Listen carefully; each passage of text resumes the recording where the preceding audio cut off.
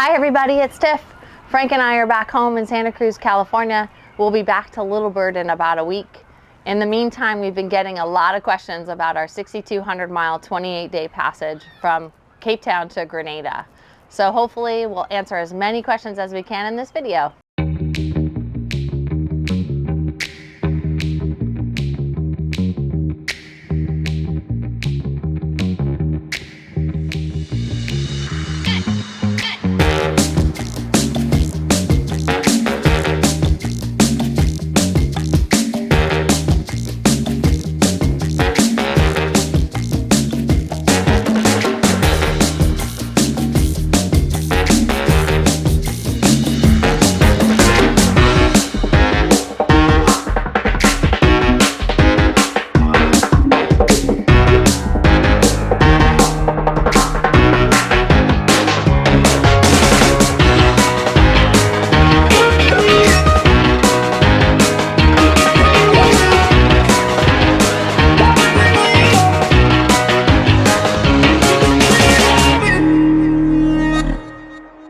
We spent this week walking and talking around home, and here are the top 5 things we got the most questions about. If we didn't hit it right, feel free to leave a note in the comments below.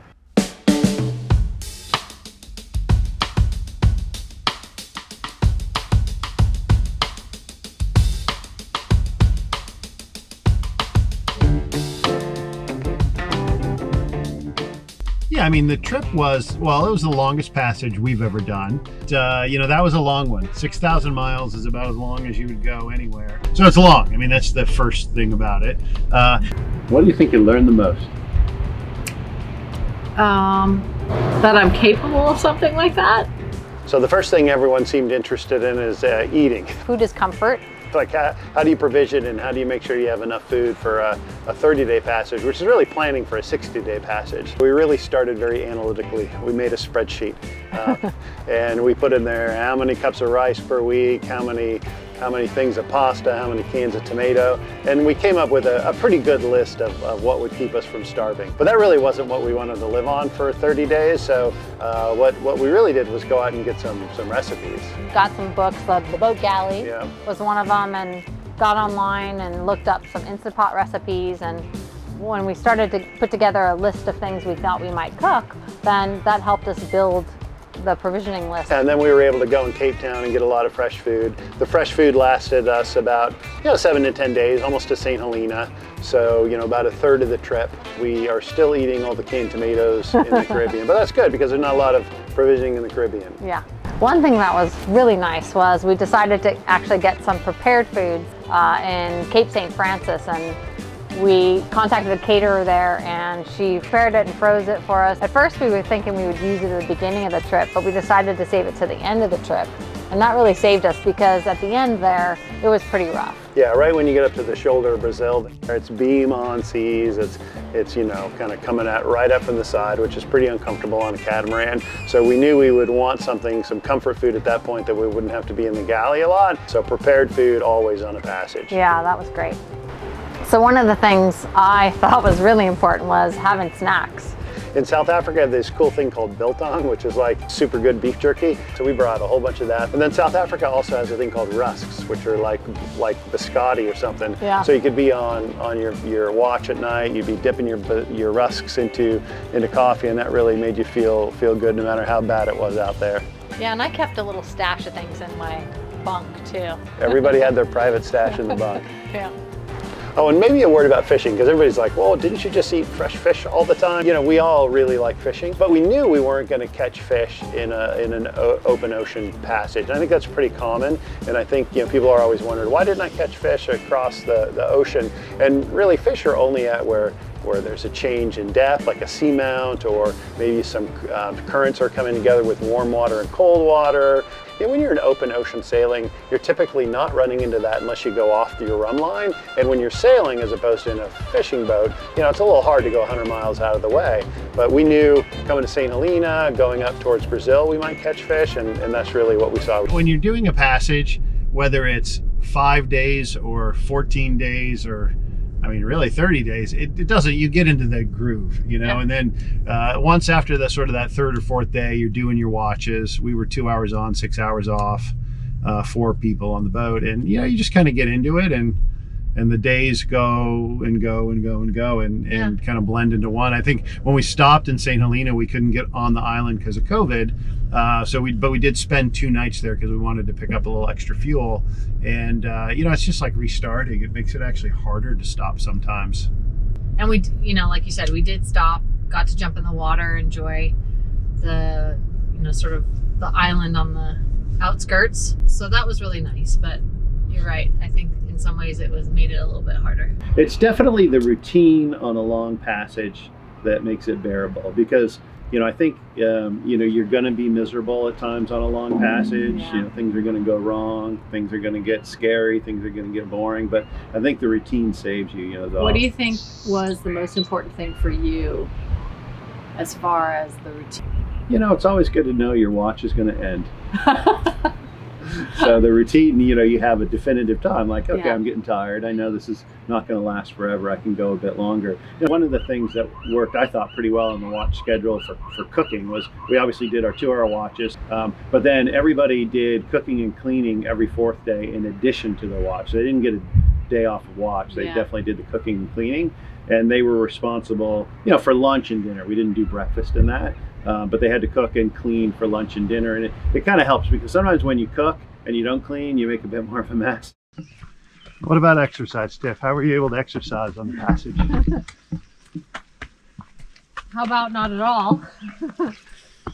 You know, the reality is that, you know, we're exercising all the time. The boat is just constantly moving, and you're constantly moving, you know, so your muscles are unconsciously like just trying to keep you upright. So I pretty much just stretched in the morning, and that did the trick for me. How about you? Yeah, you know, I mean, I think, you know, we brought the resistance bands and all that kind of stuff, but the reality was, you know, you're on shift, 2 hours, 6 hours off.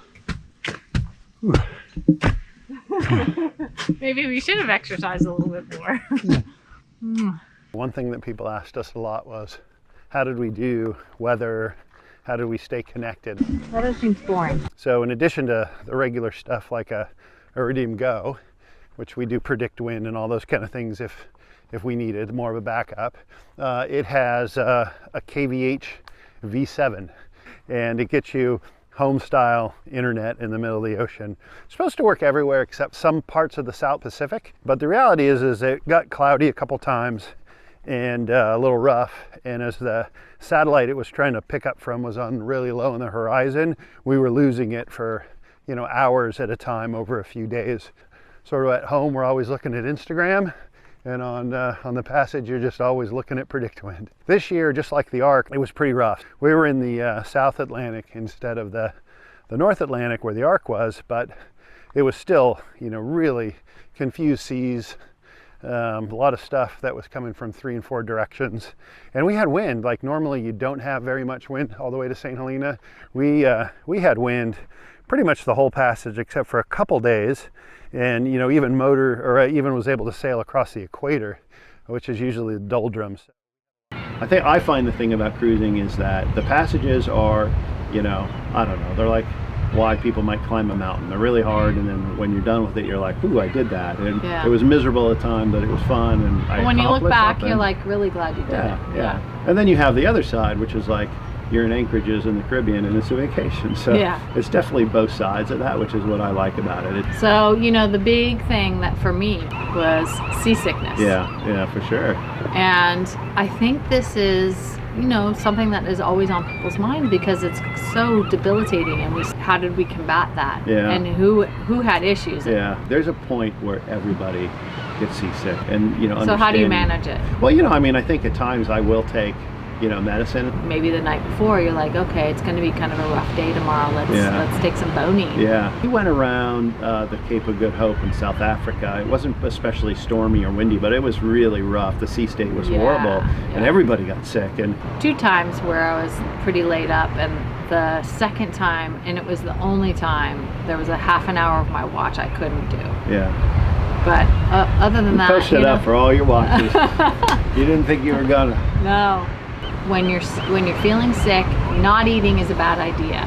it's so sort of counterintuitive. Yeah. But you need to eat. Yeah. And then maybe getting on the helm at that point. And if you got to get rid of that food, just get rid of that food too. Like, you know what I mean? Yeah, if you've got the, don't hold it in. At one point, I was like on a night watch, and I was definitely tired, and I decided to turn on an audiobook. And then it became that one night shift that I had every night. I was turning my audiobook on that I was looking forward to. Yeah. So I was able, and it just flew by.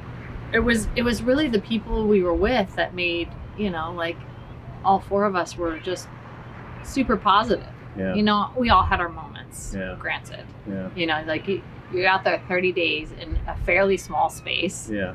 And you all have to kind of be on the same page, like keeping things neat and tidy. That was a big thing for me. Like, as soon as it gets chaotic in the physical space, I feel a little chaotic inside. So it's nice that everybody was on the same page with that we kept things, everything clean and tidy. I think when you get to the point where you don't have to talk to each other, you just do something. Right. Especially with the sail changes, that's when everything started to feel really cool and fun. Yeah. So Tif, in terms of the passage, what about the boat? Well, you know I like to go fast, and Little Bird is fast. In fact, if we weren't going 8 to 10 knots, it felt like we were doing something wrong. And most of the time, we were just trying to slow the boat down. Yeah, I think we had a lot of wind coming out of Cape Town, and we were actually just sailing wing on wing for a bit, which is pretty slow on a catamaran, but we were still doing decent speeds. And I think, you know, what you're trying to do is keep things from breaking, keep everything going well, making sure the crew is rested. You know, you have to pay a lot more attention. I think where a monohull is a bit more forgiving, you know, heel over and release the energy out of the sails. You know, we're not going to heel over very much. You got to watch how much tension is building up in the rig. You got to reef early. So you really do have to be paying a lot of attention and making sure you're acting before things get out of hand. One of the absolute best things about this boat is being able to sail in light wind.